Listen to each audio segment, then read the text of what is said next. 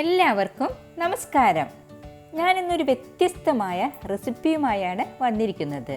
മറ്റൊന്നുമല്ല, നമ്മുടെ coconut milk cake. നമ്മൾ ഒത്തിരി കേക്കുകൾ ചെയ്തിട്ടുണ്ടെങ്കിലും കോക്കനട്ട് മിൽക്ക് കേക്ക് നമ്മൾ ഇതുവരെ ചെയ്തിട്ടില്ല. അതൊരു പ്രത്യേക ടേസ്റ്റാണ്. മാത്രമല്ല, ഇതൊരു ബർത്ത്ഡേ കേക്ക് കൂടിയാണ്. നമുക്കാദ്യം എങ്ങനെയാണ് തേങ്ങാപ്പാൽ എടുക്കണമെന്ന് നോക്കാം. ഇതിനായിട്ട് ഒരു അരമുറി നാളികേരമാണ് ഞാൻ എടുത്തിരിക്കുന്നത്. ഒത്തിരി നാളികേരത്തിൻ്റെ ഫോട്ടോ ഒക്കെ ഉണ്ട്, പേടിക്കേണ്ട. ഇത് ഞാൻ വെർജിൻ കോക്കനട്ട് ഓയിൽ ഉണ്ടാക്കാൻ വേണ്ടിയിട്ട് എടുത്തിട്ടുള്ളതാണ്. അപ്പോൾ അരമുറി നാളികേരം ചെരുകി പിഴിഞ്ഞ് അതിലിപ്പോൾ അത്യാവശ്യമൊക്കെ വെള്ളം ഒഴിക്കുക കേട്ടോ, കുഴപ്പമൊന്നുമില്ല. അരയ്ക്കുന്ന സമയത്ത് നമുക്ക് ആവശ്യത്തിന് വെള്ളമൊക്കെ ഒഴിച്ച് അരച്ച് പിഴിഞ്ഞ് നമ്മൾ എന്ത് ചെയ്യണമെന്ന് വെച്ചാൽ ഫ്രിഡ്ജിൽ വെക്കണം. ഒരു 24 മണിക്കൂറെങ്കിലും നമ്മൾ വെച്ചിരിക്കണം. ഫ്രീസറിലല്ല കേട്ടോ, ഫ്രിഡ്ജിൽ. അതിൽ വെച്ച് കഴിഞ്ഞാൽ നമുക്ക് ഇതുപോലെ കിട്ടും. അതായത് ഞാനിപ്പോൾ ഇത് 24 മണിക്കൂറൊന്നും വെച്ചിട്ടില്ല, ഒരു 10-20 മണിക്കൂറായപ്പോൾ ഞാൻ എടുത്തു. എനിക്ക് പെട്ടെന്ന് ഇത് ഉണ്ടാക്കാൻ ആവശ്യം വന്നപ്പോൾ. ഇങ്ങനെ നമ്മൾ ഫ്രിഡ്ജിൽ നിന്ന് എടുക്കുന്ന സമയത്ത് ഇത് കട്ടയായിട്ട് മേലെ വരും, അതിൻ്റെ വെള്ളം അടിയിലൂറും. നമ്മളിപ്പോൾ അരച്ചല്ലോ വെള്ളമൊക്കെ ഒഴിച്ചിട്ട്, അപ്പോൾ ആ വെള്ളം അടിയിലൂറും, ഇത് മേലെ നിൽക്കും. നമ്മൾ തൈരൊക്കെ ഫ്രിഡ്ജിൽ വെച്ച് കഴിഞ്ഞാൽ വെള്ളം ഉണ്ടെന്നുണ്ടെങ്കിൽ നമ്മൾ വെണ്ണയൊക്കെ എടുക്കാൻ വേണ്ടിയിട്ട് തൈരൊക്കെ അടിച്ചിട്ട് ഫ്രിഡ്ജിൽ വെക്കുമല്ലോ. അപ്പോൾ അന്നേരം നമ്മൾക്ക് കട്ട മേലെ നിന്നിട്ട് അടിയിൽ വെള്ളം നിൽക്കണ പോലെ തന്നെ ഈ നാളികേരം ഇതുപോലെ തന്നെ മേലെ വന്ന് നിൽക്കും, അടിയിൽ വെള്ളം ഉണ്ടാവും. നമുക്കിതിപ്പോൾ 24 മണിക്കൂറൊക്കെ വെച്ചതാണെന്നുണ്ടെങ്കിൽ ഇത് മുകളിൽ നിന്ന് ഇങ്ങനെ പെട്ടെന്ന് എടുക്കാൻ പറ്റും. ഇതിപ്പോൾ ഞാൻ അരിച്ചെടുക്കണം. നമുക്ക് ഇത്തിരി വെള്ളം ഉണ്ടെങ്കിലും കുഴപ്പമില്ല, നമുക്കിതിലേക്ക് കുറച്ച് വെള്ളത്തിൻ്റെ ഒക്കെ ആവശ്യമുണ്ട്. അതുകൊണ്ട് ഞാൻ ഒരു അരിപ്പയിൽ അരിച്ച് മാറ്റി വയ്ക്കുകയാണ്. എന്നിട്ടാണ് നമ്മളിതിലേക്ക് എടുക്കുന്നത്. അടുത്തതായി നമുക്ക് ഡ്രൈ ഇൻഗ്രീഡിയൻസ് ഒക്കെ അരിച്ചെടുക്കുന്നതാണ്. ഞാനിവിടെ ഇതൊക്കെ അരിച്ച് കറക്റ്റായിട്ട് വെച്ചിട്ടുണ്ട്. അതായത് 100 ഗ്രാം മൈദയും പിന്നെ ഒരു ടേബിൾ സ്പൂൺ ഗോതമ്പ് പൊടിയും കൂടെ അരിച്ച് കറക്റ്റാക്കി വെച്ചിട്ടുള്ളതാണ്. അതിലേക്ക് ഞാൻ ഒരു സ്പൂണ് ബേക്കിംഗ് പൗഡറും കൂടെ ഇട്ട് ഒരു നുള്ളു ഉപ്പൊക്കെ ചേർത്ത് അരിച്ച് കറക്റ്റാക്കി വെച്ചിട്ടുണ്ട്. ഇത് 2 പ്രാവശ്യം അരിച്ച് വെച്ചിട്ടുള്ളതാണ്. ഒത്തിരി കേക്ക് ഉണ്ടാക്കുന്നതിൻ്റെ വീഡിയോയും അരിക്കണതൊക്കെ ഞാൻ ഇട്ടിട്ടുണ്ട്, അതുകൊണ്ടാണ് ഞാനിപ്പോൾ കാണിക്കാത്തത്. അപ്പോൾ നിങ്ങൾ തീർച്ചയായിട്ടും 2 പ്രാവശ്യമൊക്കെ അരിച്ച് വെച്ചിരിക്കണം. ഞാൻ മറക്കരുത്. ഇതിലേക്ക് എടുത്തിരിക്കുന്നത് 100 ഗ്രാം മൈദയും ഒരു ടേബിൾ സ്പൂൺ ഗോതമ്പ് പൊടിയും ഒരു സ്പൂൺ ബേക്കിംഗ് പൗഡറും ഒരു നുള്ളു ഉപ്പും. ഈ അളവിൽ ഞാൻ കേക്ക് തയ്യാറാക്കിയപ്പോൾ എനിക്ക് 1/2 കിലോൻ്റെ കേക്കാണ് കിട്ടിയിരിക്കുന്നത്. എൻ്റെ അടുത്ത് കേക്കിൻ്റെ അളവ് ഒരിക്കൽ ചോദിച്ചിരുന്നു ആരോ, അപ്പോൾ അതുകൊണ്ടാണ് ഞാൻ പറയണത്. പിന്നെ ഞാൻ ഇവിടെ എടുത്തിരിക്കുന്നത് കണ്ടൻസ്ഡ് മിൽക്കാണ്. കണ്ടൻസ്ഡ് മിൽക്ക് 250 ml കപ്പിൻ്റെ അളവിൽ 1/4 കപ്പ് കണ്ടൻസ്ഡ് മിൽക്കും അതിലേക്ക് ഒരു കഷ്ണം ബട്ടറും ആഡ് ചെയ്തതാണിത്. ഇപ്പോൾ ഇത് എടുക്കാൻ താല്പര്യമില്ലാത്തവർക്ക് മുട്ട വേണമെങ്കിൽ എടുക്കാവുന്നതാണ്. ഞാൻ മുട്ടയ്ക്ക് പകരം ഇതിൽ കണ്ടൻസ്ഡ് മിൽക്കും ബട്ടറുമാണ് എടുക്കുന്നത്. കണ്ടൻസ്ഡ് മിൽക്കും ബട്ടറും കൂടി ചേർത്ത് കഴിഞ്ഞാൽ ഒരു പ്രത്യേക ടേസ്റ്റാണ്. അപ്പോൾ ഇതുവരെ അങ്ങനെ ഒരു വീഡിയോയിലും ഞാൻ അങ്ങനെ ചെയ്തിട്ടില്ല. ഇതൊരു വെറൈറ്റി കേക്കാണ്, അതുകൊണ്ടാണ് ഇങ്ങനെ ചെയ്തിരിക്കുന്നത്. അപ്പോൾ താല്പര്യമുള്ളവർക്ക് ഇങ്ങനെ എടുക്കാം. അതല്ല എന്നുണ്ടെങ്കിൽ ഈ സമയത്ത് ഇതിലേക്ക് 2 മുട്ടയും 100 ഗ്രാം പഞ്ചസാര പൊടിച്ചതും എടുക്കാവുന്നതാണ്. ഇനി ഇതിലേക്ക് നമുക്ക് വാനില എസൻസ് ആഡ് ചെയ്യേണ്ടതുണ്ട്. ഞാനൊരു 1/2 ടീസ്പൂണ് വാനില എസൻസ് ആഡ് ചെയ്യാണ്. എന്നിട്ട് ഞാനിത് ഇലക്ട്രിക് ബീറ്റർ വെച്ചിട്ടാണ് നന്നായിട്ട് ബീറ്റ് ചെയ്യണത്. ഇലക്ട്രിക് ബീറ്റർ വേണം നിർബന്ധമൊന്നും ഇല്ല കേട്ടോ, നമുക്ക് എങ്ങനെ വേണമെങ്കിലും ബീറ്റ് ചെയ്യാം. പക്ഷേ ജസ്റ്റ് ഒന്ന് ബീറ്റ് ചെയ്താൽ മതി. പക്ഷേ ഞാൻ ഇന്ന് ഇലക്ട്രിക് ബീറ്റർ കൊണ്ടാണ് എല്ലാതും ചെയ്യണത്.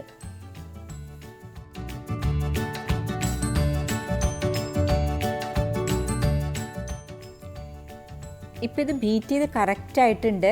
ഇനി നമുക്ക് എടുത്തു വെച്ചിട്ടുള്ള തേങ്ങാപ്പാലുണ്ടല്ലോ, നമ്മൾ തേങ്ങ ഫ്രിഡ്ജിൽ വെച്ചിട്ട് തണുപ്പിച്ചിട്ടുള്ള ആ കട്ടപ്പാൽ, അത് ഇതിലേക്ക് ആഡ് ചെയ്ത് നന്നായിട്ടൊന്ന് ബീറ്റ് ചെയ്തെടുക്കേണ്ട ആവശ്യമുണ്ട്.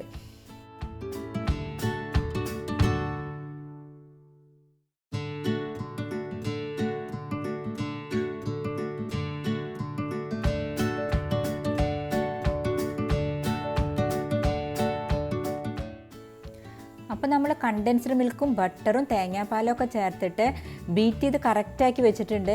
ഈ സമയത്ത് നമുക്കിതിലേക്ക് മധുരം നോക്കിയിട്ട് കുറവുണ്ടെങ്കിൽ ആഡ് ചെയ്യാം. ഞാൻ കണ്ടൻസ്ഡ് മിൽക്കിൽ മധുരം ഉള്ളതുകൊണ്ടാണ് പഞ്ചസാര പൊടിച്ചത് വേറെ ചേർക്കാത്തത്. നിങ്ങൾക്ക് മധുരം കുറവ് തോന്നുകയാണെങ്കിൽ ഈ സമയത്ത് ആഡ് ചെയ്യാം. ഇനി കണ്ടൻസ്ഡ് മിൽക്ക് എടുക്കാത്തവർക്ക് ഈ സമയത്ത് ഇതിലേക്ക് പഞ്ചസാര പൊടിച്ചത് മുട്ടയൊക്കെ ചേർത്തിട്ട് നന്നായിട്ട് ബീറ്റ് ചെയ്ത് കറക്റ്റാക്കി എടുക്കാവുന്നതാണ്. ഇനി ഇതിൽ നമുക്ക് അരിച്ചു വെച്ചിട്ടുള്ള നമ്മുടെ ഡ്രൈ ഇൻഗ്രീഡിയൻസ് അല്പാൽപ്പം ഇട്ട് നമുക്ക് മിക്സ് ചെയ്ത് കൊടുക്കാം. നമ്മൾ മുന്നേ കേക്കിലൊക്കെ ചെയ്ത പോലെ തന്നെ അതിൽ നമ്മൾ മുട്ടയുടെ ബാറ്ററിലേക്കാണ് ഇതൊക്കെ ആഡ് ചെയ്യണമെങ്കിൽ ഇത് കണ്ടൻസ്ഡ് മിൽക്കിൻ്റെ ബാറ്ററിലേക്ക് നമ്മൾ ഇതൊക്കെ ഒരടിക്ക് ചെയ്യാതെ 2-3 പ്രാവശ്യമായിട്ട് ഇട്ട് മെല്ലെ നമുക്ക് മിക്സ് ചെയ്ത് കൊടുക്കാം. നമ്മളിത് മിക്സ് ചെയ്യുന്ന സമയത്ത് നമുക്കിതിലേക്ക് വെള്ളത്തിൻ്റെ കുറവ് അനുഭവപ്പെടും. അപ്പോൾ നമ്മൾ അതിനനുസരിച്ച് നമ്മൾ അതിലേക്ക് പാൽ ആഡ് ചെയ്യേണ്ടതാണ്. ഞാനിപ്പോൾ ഇവിടെ തേങ്ങാപ്പാൽ നമ്മൾ അരിച്ചതുണ്ടല്ലോ, അവിടെ നമ്മൾ അതിൻ്റെ കട്ടയാണല്ലോ എടുത്തിരിക്കുന്നത്, അതിൻ്റെ പാൽ കുറച്ചുണ്ടല്ലോ, അതാണ് ഞാൻ ആഡ് ചെയ്യണത്. അത് താല്പര്യമില്ലാത്തവർക്ക് സാദാ പാൽ എടുക്കാവുന്നതാണ്. തൈരോ പാലോ നിങ്ങളുടെ ഇഷ്ടാനുസരണം അതിൽ എന്ത് മാറ്റം വേണമെങ്കിലും നിങ്ങൾക്ക് വരുത്താവുന്നതാണ്. നമ്മൾ മുന്നേ ഇതിൽ black forest, white forest, red forest, marble cake, chocolate cake, plum cake, അങ്ങനെ പലതരത്തിലുള്ള കേക്കുകളുടെ വീഡിയോ ഇട്ടിട്ടുണ്ട്. കാണാത്തവർ ദയവായി കാണണം. അപ്പം നമ്മൾ ആവശ്യാനുസരണം പാലൊക്കെ ആഡ് ചെയ്തിട്ട് ബാറ്ററൊക്കെ ഇവിടെ കറക്റ്റാക്കിയിട്ട് വെച്ചിട്ടുണ്ട്. അപ്പോൾ ഈ ഒരു കൺസിസ്റ്റൻസിയിൽ വേണം നമ്മൾ ഇതിൻ്റെ ബാറ്റർ തയ്യാറാക്കി എടുക്കാനായിട്ട്. ഇനി ഈ ബാറ്റർ നമ്മൾ മാറ്റി വെച്ചതിന് ശേഷം നമുക്ക് ഇരുമ്പ് തട്ട് ഒന്ന് ചൂടാക്കി എടുക്കേണ്ടതുണ്ട്. ഇരുമ്പ് തട്ട് ഇല്ലാത്തവർ അലുമിനിയം തട്ടോ അല്ലെങ്കിൽ പത്തിരി തട്ടോ, അത് നിങ്ങളുടെ താല്പര്യമനുസരിച്ച് നിങ്ങൾക്ക് ഏത് വേണമെങ്കിൽ എടുക്കാം. പക്ഷേ നമ്മൾ ഇത് വെക്കണേക്കാൾ ഒരു 10 മിനിറ്റ് മുമ്പ് തട്ട് നന്നായിട്ട് ചൂടാക്കിയിരിക്കണം. നോൺ സ്റ്റിക്ക് പാനിലാണ് നമ്മളിന്ന് കേക്ക് തയ്യാറാക്കുന്നത്. അപ്പോൾ അതിനായിട്ട് പാനിൽ ഞാൻ ഒരു ബട്ടർ പേപ്പർ വെച്ചിട്ടുണ്ട്. പാനിൻ്റെ അടിയിൽ സ്വല്പം എണ്ണ തടവിയിട്ടുണ്ട്. അതിൻ്റെ മേലെ ഞാൻ ഒരു ബട്ടർ പേപ്പർ വെച്ചിട്ടുണ്ട്. ആ ബട്ടർ പേപ്പറിലേക്കാണ് നമ്മൾ ഈ ബാറ്റർ ആഡ് ചെയ്യണത്. ബട്ടർ പേപ്പർ വെച്ച് കഴിഞ്ഞാൽ അടിയൊക്കെ നല്ല ബ്രൗൺ കളർ, നല്ല പെർഫെക്റ്റ് കളറായിട്ട് കിട്ടും. അതിനായിട്ടാണ് ഞാൻ ചെയ്തിരിക്കുന്നത്. അതില്ലെങ്കിലും കുഴപ്പമൊന്നുമില്ല. നമ്മളിത് വെച്ചിട്ട് ബാറ്ററൊക്കെ ഒഴിച്ചിട്ട് ഒരു കറക്റ്റ് 20 മിനിറ്റാണ് നമ്മളിത് വേവിച്ചെടുക്കേണ്ടത്. അപ്പോൾ നമ്മൾ എല്ലാ വീഡിയോയിലും ചെയ്യണ പോലെ തന്നെ നമുക്കിതിലേക്ക് ബാറ്ററൊക്കെ ഒഴിച്ച് നന്നായിട്ട് ടാപ്പ് ചെയ്ത് കറക്റ്റ് ചെയ്തിട്ട് അടച്ച് ഒരു വെയിറ്റൊക്കെ വെക്കേണ്ടതുണ്ട്. നമുക്ക് അങ്ങനെ ചെയ്യാം.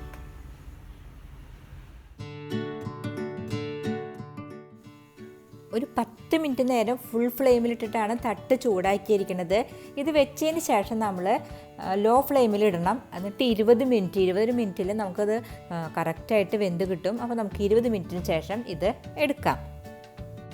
ആ സമയം കൊണ്ട് നമുക്കിതിലേക്കുള്ള വിപ്പിംഗ് ക്രീം തയ്യാറാക്കാം.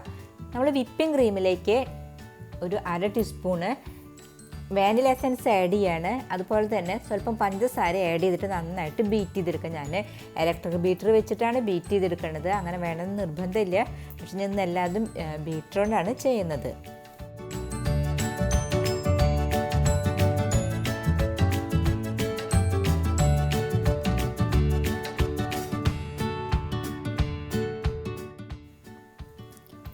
നമ്മൾ ബീറ്റ് ചെയ്ത് കറക്റ്റായിട്ടുണ്ട്. ഇങ്ങനെ ആവണം നമ്മൾ ബീറ്റ് ചെയ്തെടുക്കുക. നമ്മൾ എത്ര ഇങ്ങനെ കുടഞ്ഞാലും പോവാത്ത രീതിയിൽ നമ്മൾ കമത്തി പിടിച്ചാലും ഒന്നും പോവില്ല. അത്രയ്ക്കും കട്ടയായിട്ട് നല്ല ഇതിൽ വേണം നമ്മൾ ബീറ്റ് ചെയ്തെടുക്കാനായിട്ട്. 20 മിനിറ്റായപ്പോൾ നമ്മുടെ കേക്കൊക്കെ വെന്ത് കറക്റ്റായിട്ടുണ്ട്. ഞാനതൊരു പാത്രത്തിലേക്ക് മാറ്റി ഞാൻ അതിൻ്റെ ബട്ടർ പേപ്പറൊക്കെ ഒന്ന് എടുത്ത് കളയാണ്. കണ്ടൻസ്ഡ് മിൽക്കും ബട്ടറും തേങ്ങാപ്പാലൊക്കെ ആഡ് ചെയ്തുകൊണ്ട് നല്ല സോഫ്റ്റായിട്ടാണ് ഇരിക്കുന്നത്. ശ്രദ്ധിച്ച് കട്ട് ചെയ്യേണ്ട, നന്നായിട്ട് പൊടിഞ്ഞു പോകുന്ന ഒരു ടെൻഡൻസി ഉണ്ട്. നമുക്കിതിലേക്ക് വിപ്പിംഗ് ക്രീമൊന്നും ആഡ് ചെയ്യേണ്ട ആവശ്യമൊന്നുമില്ല. ഇങ്ങനെ തന്നെ കഴിക്കാൻ വളരെ ടേസ്റ്റാണ്. അതിൻ്റെ യാതൊരു ആവശ്യമില്ല. ഞാൻ പക്ഷേ ഇത് പിറന്നാളിൻ്റെ കേക്ക് ആയതുകൊണ്ട് മാത്രമാണ് ഞാൻ ഐസിങ് ചെയ്യണത്. ഇപ്പം നിങ്ങൾക്ക് ഇങ്ങനെ എടുത്ത് കഴിക്കാവുന്നതാണ്. ഇതാണ് ഏറ്റവും ടേസ്റ്റ് കൂടുതൽ. പക്ഷെ നമ്മളിത് ഇനി കട്ട് ചെയ്തിട്ട് ഒന്ന് ഐസിങ് ചെയ്ത് ഒന്ന് ഡെക്കറേറ്റ് ചെയ്തെടുക്കുന്നുണ്ട്. ആദ്യം നമുക്കിതിലേക്ക് പഞ്ചസാര ലായനി അപ്ലൈ ചെയ്യാം. അതിനുശേഷം വിപ്പിംഗ് ക്രീം അപ്ലൈ ചെയ്ത് രണ്ടാമത്തെ സ്റ്റെപ്പ് വെച്ച് അതിൻ്റെ മേലും വിപ്പിംഗ് ക്രീമൊക്കെ വെച്ച് നമുക്ക് കറക്റ്റാക്കി എടുക്കാം.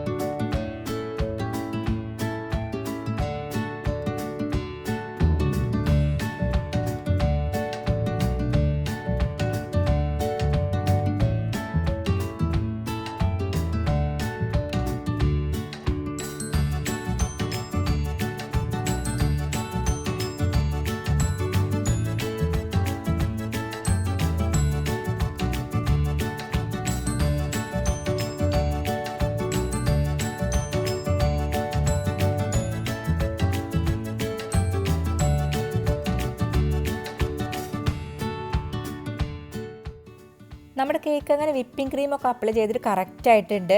ഞാനിതിൻ്റെ മേലേക്ക് സ്ട്രോബെറി ഫ്ലേവർ ചെയ്തിട്ട് ഒന്ന് ചെറുതായിട്ട് ഡെക്കറേറ്റ് ചെയ്യുന്നുണ്ട്. അതുപോലെ ബർത്ത്ഡേയുടെ ഒരു ഇതും ചെയ്യുന്നുണ്ട്. അപ്പോൾ എനിക്ക് അത്രയ്ക്ക് അറിയില്ല ചെയ്യാനൊക്കെ ആയിട്ട്, എങ്കിലും എനിക്ക് അറിയണ പോലെയൊക്കെ ചെയ്യുന്നുണ്ട്. നിങ്ങളിതിലും ഭംഗിയായിട്ടൊക്കെ ചെയ്യണം. അപ്പോൾ നമുക്ക് അത് ചെയ്യാം.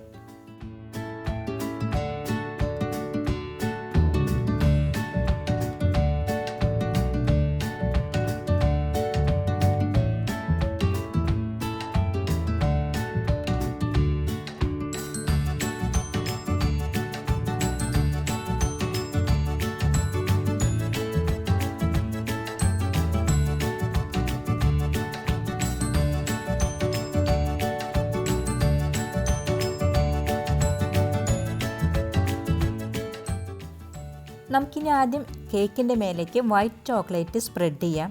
അതിനുശേഷം സെൻട്രലായിട്ട് ഞാൻ ഈ സ്ട്രോബെറി കളറൊന്ന് അപ്ലൈ ചെയ്യണത്. അതിൻ്റെ മേലെയാണ് ഞാൻ പേരെഴുതുന്നത്. അതിനാണ് ഇങ്ങനെ ചെയ്യണത്.